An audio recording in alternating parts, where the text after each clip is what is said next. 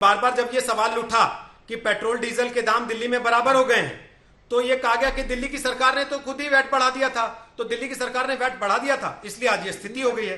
राघव चड्ढा, मुझे अच्छे से याद है, बात पूरी कर लो रोहित जी, मेरी अरविंद केजरीवाल का भाषण था, बहुत चर्चित भाषण है, जिसमें अरविंद केजरीवाल ये कह रहे थे कि मैं पूरी नहीं हुई, रेवेन्यू सर्विसेज का अफसर रहा हूं, मैं इनकम टैक्स का अफसर रहा हूं, मैं जानता हूं कहां कैसे टैक्सेशन किया जाता है, कहां कैसे पैसा बनाया जाता है, कहां कैसे काला धन हो जाता है, अफसर खा जाते हैं, इसलिए पेट्रोल इतना महंगा हो जाता है।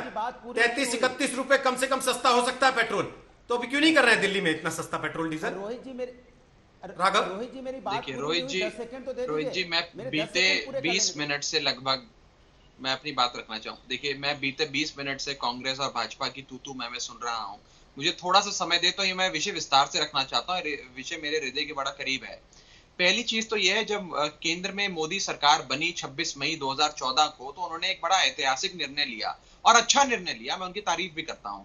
वो निर्णय यह था कि अंतरराष्ट्रीय बाजार में कच्चे तेल का जो भाव होगा उसी के हिसाब से हिंदुस्तान के घरेलू खपत के लिए डीजल और पेट्रोल का भाव होगा। उन्होंने पूरी डायरेक्ट लिंकेज कर दिया, अंतरराष्ट्रीय बाजार में दाम बढ़ेगा तो हिंदुस्तान के अंदर डीजल पेट्रोल बढ़ेगा, अंतरराष्ट्रीय बाजार में दाम घटेगा तो डीजल पेट्रोल का दाम घरेलू खपत के लिए घटेगा।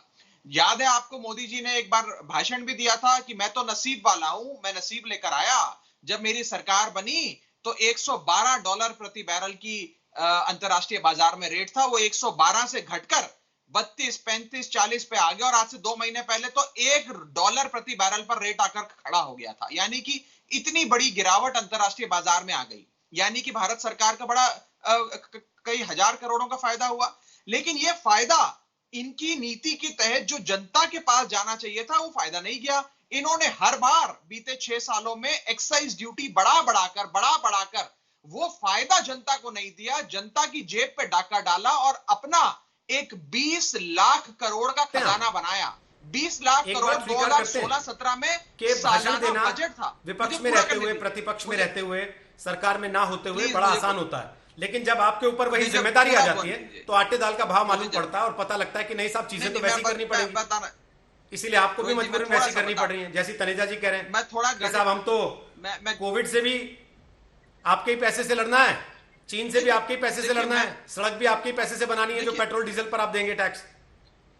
नहीं बिल्कुल ठीक है। देखिए मैं थोड़ा गणित का विद्यार्थी रहा हूं तो आंकड़ों से आपको समझाना चाहूंगा। सरकार के पास पैसे की कमी नहीं है। हो सकता है कि कोविड के दौरान हर राज्य और केंद्र सरकार में कहीं ना कहीं रेवेन्यू शॉर्टफॉल आई है, हमारे राज्य में भी आई है, लेकिन उसका यह मतलब नहीं कि बीते 21 दिन में 21 बार डीजल पेट्रोल बढ़ा दिया जाए। यह आपने अपने दर्शकों को बताया था अभी शुरुआत में, बीते 21 दिनों में 21 बार ड्यूटी बढ़ाकर डीजल और पेट्रोल के दाम आपकी तरह मतलब एक ही बार बढ़ा दें, मैं बता आपकी तरह एक ही बार बढ़ा दें। नहीं मिलके एक चीज तय क्यों नहीं कर लेते आप लोग कि ठीक है यार 100 रुपए कर देते हैं अपन सब मिलके, सारे राज्य मिलके। मुझे बोलने दीजिए रोहित जी, मुझे बोलने केंद्र को प्रस्ताव दे दीजिए, आप लोग तो वैसे ही बहुत सलाहें सुझाव प्रस्ताव देते हैं। मैं 20 मिनट से मैं भी तो लगातार आप ही से पूछ रहा हूँ, इसीलिए ताकि आपको ये ना लगे कि मैं बैठा हुआ था और मेरे से चर्चा नहीं हुई। अभी वाजपेयी जी का तो नंबर भी नहीं आया।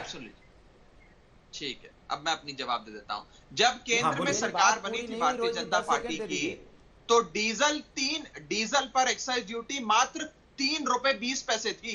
वो 3 रुपए 20 पैसे से आज 31 रुपए हो गई है। 6 साल में केंद्र में बैठी सरकार ने 3 रुपए 20 पैसे से 31 रुपए बढ़ा दिया। यानी कि आज जब आप और मैं अपनी गाड़ी में 80 रुपए का लीटर डीजल या पेट्रोल भराने जाते हैं तो उसमें 31 रुपए हम केंद्र सरकार की एक्साइज ड्यूटी का देते हैं, जो मोदी सरकार बनने से पहले मात्र 3 रुपए। एक बार सारे पक्षों को सुन लीजिए, उसके बाद बोल लीजिएगा। आप ही के पास आऊंगा और कहां जाना है, जवाब तो आपको ही देना ना सबका। और पेट्रोलियम एक्सपर्ट तो भाई आप ही थे सबसे पहले, उसके बाद ही सब लोगों को समझ में आया ना कैसे जस्टिफाई करना है। आप ही को सुन लीजिए, इनको सुन लीजिए एक बार, फिर आप बोलिएगा। राघव पूरी कीजिए बात फटाफट। देखिए अभी देश, रोहित जी, देश एक बहुत बुरे दौर से गुजर रहा है। चीन के साथ हमारा एक प्रकार से विवाद चल रहा है, कोरोना की महामारी है और ऊपर से हर व्यक्ति की आर्थिक स्थिति बद से बदतर होती जा रही है। बेरोजगारी चरम पर है और अर्थव्यवस्था हिंदुस्तान की बहुत बुरी हालत में है। कोरोना से पहले भी थी और कोरोना के बाद और खराब हो गई है। इस समय लोगों की जेब पे इस प्रकार से 21 दिन में 21 बार डीजल पेट्रोल पे ड्यूटी बढ़ाकर डाका डालना केवल असंवेदनशीलता और निर्ममता केंद्र में बैठी मोदी सरकार की दर्शाता है। कोई 820% चलिए ठीक है, अब जरा एक बार वाजपेयी जी बोल रहे हैं, उसके बाद तनेजा जी और सुप्रिया दोनों वेट कर रहे हैं अपनी अपनी बात रखने का। पूरी दुनिया में कभी 820% एक्साइज ड्यूटी बढ़ाई क्या?